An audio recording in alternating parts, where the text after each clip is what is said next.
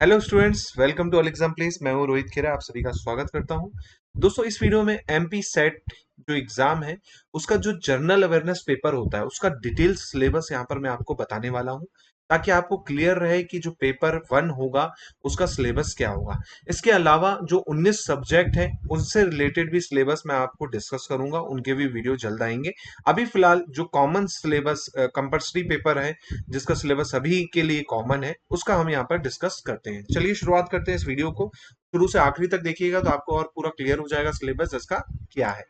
इसके पहले दोस्तों, आप हमारा ऐप डाउनलोड कर सकते हैं, क्योंकि यहाँ पर आपको क्लासेस अवेलेबल हो जाएंगी, स्टडी मटेरियल अवेलेबल हो जाएगा, वीडियो लेक्चर कोर्सेस मिल जाएंगे और बहुत ही शानदार कोर्सेज, बहुत ही शानदार टेस्ट सीरीज के साथ। तो ऐप डाउनलोड कर लीजिए। इसके अलावा दोस्तों, अगर आपको कोई डाउट लगता है तो आप मुझे फेसबुक पे, इंस्टाग्राम पे या व्हाट्सएप पे भी मैसेज करके पूछ सकते हैं। और अपने साथियों से जुड़ने के लिए जो सेट की तैयारी कर रहे हैं या दूसरे एग्जाम की तैयारी कर रहे हैं, तो आप टेलीग्राम ग्रुप ज्वाइन कर सकते हैं, वहां पे अपने क्वेरी मेंशन कर सकते हैं।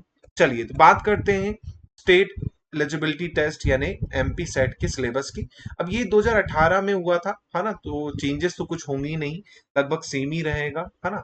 तो उसके हिसाब से जो सिलेबस है पेपर वन का, जो कि जनरल अवेयरनेस पेपर है हमारा, है ना, उसका हम यहाँ पर देखते हैं क्या क्या दे रखा है। ठीक है, अब मैं आपको बता दूं यहाँ पर जो जो वो है उसमें पूरा दे रखा है कि each section gets equal weightage 5 question and 10 marks from each question section. तो भैया 10 मार्क्स आधारित है एक भाग से, और 5 प्रश्न, 2 मार्क्स का एक प्रश्न यहाँ से पूछा जाएगा। टोटल एक सेक्शन से 5 प्रश्न है, टोटल 10 यूनिट है यहाँ पर, है ना। तो 50 मार्क क्वेश्चन हो गए आपके, और एक क्वेश्चन 2 मार्क्स का है तो 100 मार्क्स आपके हो जाएंगे। ठीक है, तो ये यहाँ पर दे रखा है।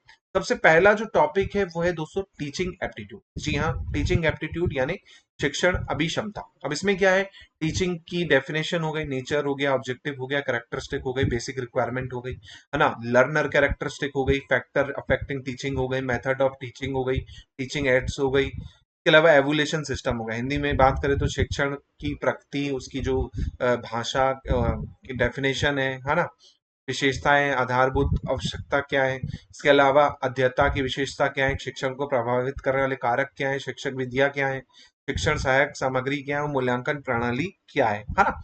ये पहला टॉपिक है। सेकंड टॉपिक आता है दोस्तों रिसर्च एप्टीट्यूड यानी अनुसंधान अभिक्षमता। रिसर्च में क्या आएगा, एक तो इसकी मीनिंग डेफिनेशन आ जाएगी, कैरेक्टरिस्टिक आ जाएगी, टाइप आ जाएगा, फिर स्टेप ऑफ रिसर्च आ जाएगा, मेथड ऑफ रिसर्च आ जाएगा, रिसर्च एथिक्स आ जाएगी, paper, article, workshop, seminar, conference and symposiums हो गए, थीसिस राइटिंग, ये सब आपके किसमें आ जाएगा, रिसर्च एप्टीट्यूड यानी अनुसंधान अभिक्षमता में आ जाएगा।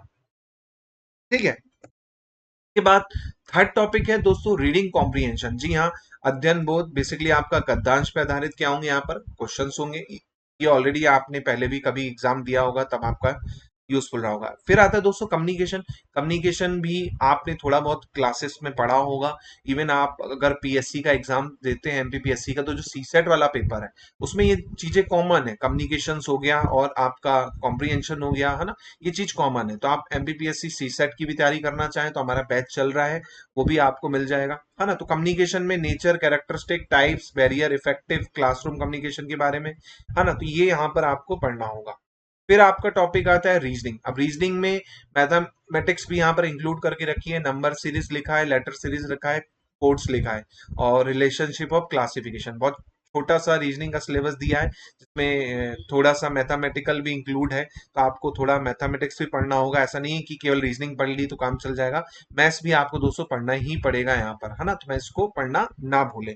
इसके बाद फिर लॉजिकल रीजनिंग में आपका क्या आ जाएगा, स्ट्रक्चर ऑफ आर्ग्यूमेंट, जो लॉजिकल पार्ट होता है। लॉजिकल पार्ट क्या होता है, स्टेटमेंट अजप्शन वाला पार्ट होता है ना, स्टेटमेंट आर्ग्यूमेंट होता है, स्टेटमेंट अजप्शंस होता है ना, स्टेटमेंट कंक्लूजन होता है, कॉज एंड इफेक्ट होता है, ये पूरा लॉजिकल पार्ट है ना। इसी में आप देखेंगे साथ में वर्बल एनोलॉजी वाला पार्ट, वर्ड एनोलॉजी, है ना, ये आ जाएगा, नंबर एनोलॉजी, है ना, क्लासिफिकेशन आ जाएगा वर्बल के तौर पे।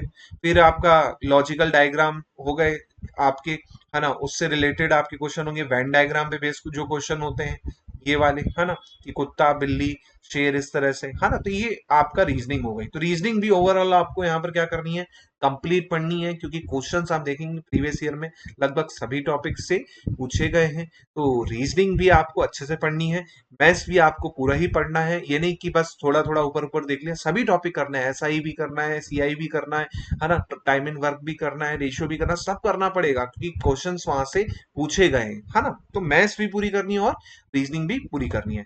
फिर आता है डीआई। डीआई भी मैथ्स का पार्ट ही है। डीआई का एक चैप्टर रहेगा जिसमें आपको टाइप ऑफ जो डीआई होता है ना, वो आपको देखना पड़ेगा। जैसे बार ग्राफ वाले क्वेश्चन हो गए, है ना, लाइन ग्राफ पे आधारित क्वेश्चन हो गए, है ना, पाई चार्ट पे बेस्ड क्वेश्चन हो गए, टेबुलर फॉर्म हो गया, है ना, रडार फॉर्म हो गया। तो ये बेसिक बेसिक जो टाइप है अलग अलग डीआई उसके, है ना, तो वो आपको यहाँ पर अच्छे से करने होंगे, इसके न्यूमेरिकल आपको अच्छे से लगाने होंगे, है ना। इसके बाद फिर आता है दोस्तों आईसीटी। अब ये जो बच्चे एमपीपीएससी भी दे रहे हैं, है ना, जो बच्चे एमपीपीएससी भी दे रहे हैं, तो उनको के लिए बहुत ही इजी है और उनके लिए सिलेबस में भी है ना। प्री की यूनिट 10वीं है, 9वीं 10वीं यूनिट है, बेसिकली 9वीं यूनिट है ना। तो आईसीटी आपको वहां पर मिल जाएगा पूरा का पूरा, जिसमें आपका कंप्यूटर पढ़ना पड़ेगा बिल्कुल, है ना, टेक्नोलॉजी वाला पार्ट पूरा पढ़ना पड़ेगा, है ना। ये पूरा आपको करना है। टेक्नोलॉजी में क्या क्या आ जाएगा दोस्तों, साइबर क्राइम आ गया, है ना, आर्टिफिशियल इंटेलिजेंस आ गई, है ना, इसके बाद आपका रोबोटिक्स आ गया, है ना, आपका इलेक्ट्रॉनिक्स आ गया, है ना, और इंफॉर्मेशन टेक्नोलॉजी हो गई, आईटी हो गई। तो ये कुछ टॉपिक हैं जो ऑलरेडी आपके एमपीपीएससी के प्री के सिलेबस में भी हैं।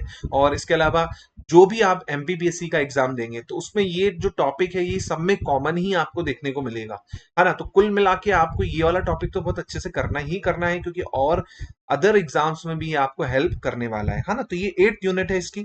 फिर आते हैं पीपल एंड एनवायरमेंट, है ना। अब यहाँ पर दोस्तों एनवायरमेंट आ गया। ये भी आपका एमपीपीएससी का कोई भी एग्जाम देंगे तो लगभग लगभग सभी प्री एग्जाम देंगे, प्री में भी आपको पढ़ना पड़ेगा, तो एनवायरमेंट आपको पढ़ना ही पड़ेगा, है ना। तो एनवायरमेंट में एनवायरमेंट का interaction, basic definition of environment हो गया, है ना, सोर्स ऑफ पॉपुलेशन क्या होगा, ये अब ज्योग्राफी का पार्ट हो जाएगा, ह्यूमन ज्योग्राफी का थोड़ा बहुत, है ना, ये आपको यहाँ पर पढ़ना पड़ेगा। फिर ये आपका पॉल्यूटेंस पॉल्यूशन वाला चैप्टर आ जाएगा, है ना। इसके बाद फिर डिजास्टर मैनेजमेंट वाला टॉपिक है ये, नेचुरल हजार्ड्स एंड मिटिगेशन, जिसमें आपका अर्थक्वेक हो गया, वॉल्केनो हो गया, है ना, फ्लड हो गया, ड्राफ्ट हो गया, ये चीजें यहाँ पर आपको देखने को मिलेंगी। तो कुल मिला के आपको जन और पर्यावरण, है ना, एनवायरमेंट प्लस जो आपका ह्यूमन ज्योग्राफी वाला पार्ट है, ये भी आपको यहाँ पर करना होगा। इसके अलावा मैं आपको बता दूं ये कोर्स हमारे चैनल पे, हमारे यूट्यूब पे भी आपको इसके क्वेश्चंस और बाकी चीजें क्लासेस भी मिल जाएंगी, साथ में हमारे ऐप पे भी इसकी क्लासेस आपको मिल जाएंगी, तो आप वहां से भी क्या कर सकते हैं, ये कोर्स को देख सकते हैं।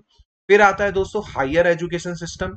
इसके अंदर क्या आ जाएगा, गवर्नेंस, पॉलिटी और एडमिनिस्ट्रेशन, है ना। तो कुल मिला के यहाँ पर उच्च शिक्षा प्रणाली में शासन, राजनीति और प्रशासन आ जाएगा, जिसमें आपका जो स्ट्रक्चर है ना, उसके बारे में, इंस्टीट्यूशन का कैसा है ना। उसके अलावा प्रोफेशनल, टेक्निकल, जनरल एजुकेशन क्या है इसके बारे में, जैसे भाई इंजीनियरिंग की जो है ना, उसको कौन देखता है, या फिर मेडिकल के लिए क्या है ना। इसके अलावा वैल्यू एजुकेशन क्या होती है, गवर्नेंस क्या होता है, पॉलिटी एंड एडमिनिस्ट्रेशन क्या होता है, इसके कॉन्सेप्ट जो बेसिक थ्योरी हो गई, है ना, वो हो गई पबैट की, है ना। इसके अलावा इंस्टीट्यूशन एंड देयर इंटरेक्शन। तो कुल मिला के ये 10 यूनिट करेंगे तो आपका क्या होगा, 50 क्वेश्चंस कवर होंगे। 10 यूनिट करेंगे, 50 क्वेश्चंस कवर होंगे, जो कि आपके कितने मार्क्स के होंगे, 2 मार्क्स के हिसाब से 100 मार्क्स आपका ये कवर करेगा, और ये जो है सभी को कॉमन रहेगा। इसके बाद दोस्तों आपको क्या करना पड़ेगा, अपना सेकेंड पेपर के लिए सब्जेक्ट चुनना पड़ेगा। उसके लिए मैंने आपको बताया था 19 सब्जेक्ट यहाँ पर दे रखे हैं, उन 19 सब्जेक्ट में से आपको एक चूज करना होगा, ठीक है। तो होपफुली मेरे हिसाब से आप लोगों को इसका नॉलेज मिल गया होगा कि कितना बड़ा सिलेबस है और पेपर 1 का सिलेबस क्या है। इसके अगले वीडियो में मैं आपके लिए इंपॉर्टेंट बुक्स भी ले आऊंगा, क्वेश्चंस पेपर कैसे डाउनलोड करने हैं प्रीवियस ईयर के, वो भी मैं आपको प्रोवाइड करवा दूंगा, हमारे ऐप पे भी मिल जाएंगे। मैं उसमें एक फोल्डर बता दूंगा, स्टडी मटेरियल करके एक फोल्डर है, वहां पर आप जाके फ्री ऑफ कॉस्ट इसके पेपर डाउनलोड कर सकते हैं प्रीवियस ईयर के, तो आपको एक आइडिया भी हो जाएगा, है ना। तो वीडियो अच्छा लगा हो तो प्लीज लाइक कर दीजिए, hit the like button, and channel पे नए हैं तो सब्सक्राइब करके बेल आइकन पे क्लिक कर लें, क्योंकि अपडेट्स आपको तभी मिल पाएंगी जब आप बेल आइकन पे क्लिक करेंगे। और शेयर विद योर फ्रेंड्स जो सेट की तैयारी करना चाहते हैं, जिनका यूजीसी क्वालिफाई अच्छे से नहीं हुआ है, सेट देना चाहते हैं, तो वो जरूर सेट दें। मिलते हैं जल्दी नई वीडियो के साथ। जय हिंद, जय भारत, धन्यवाद।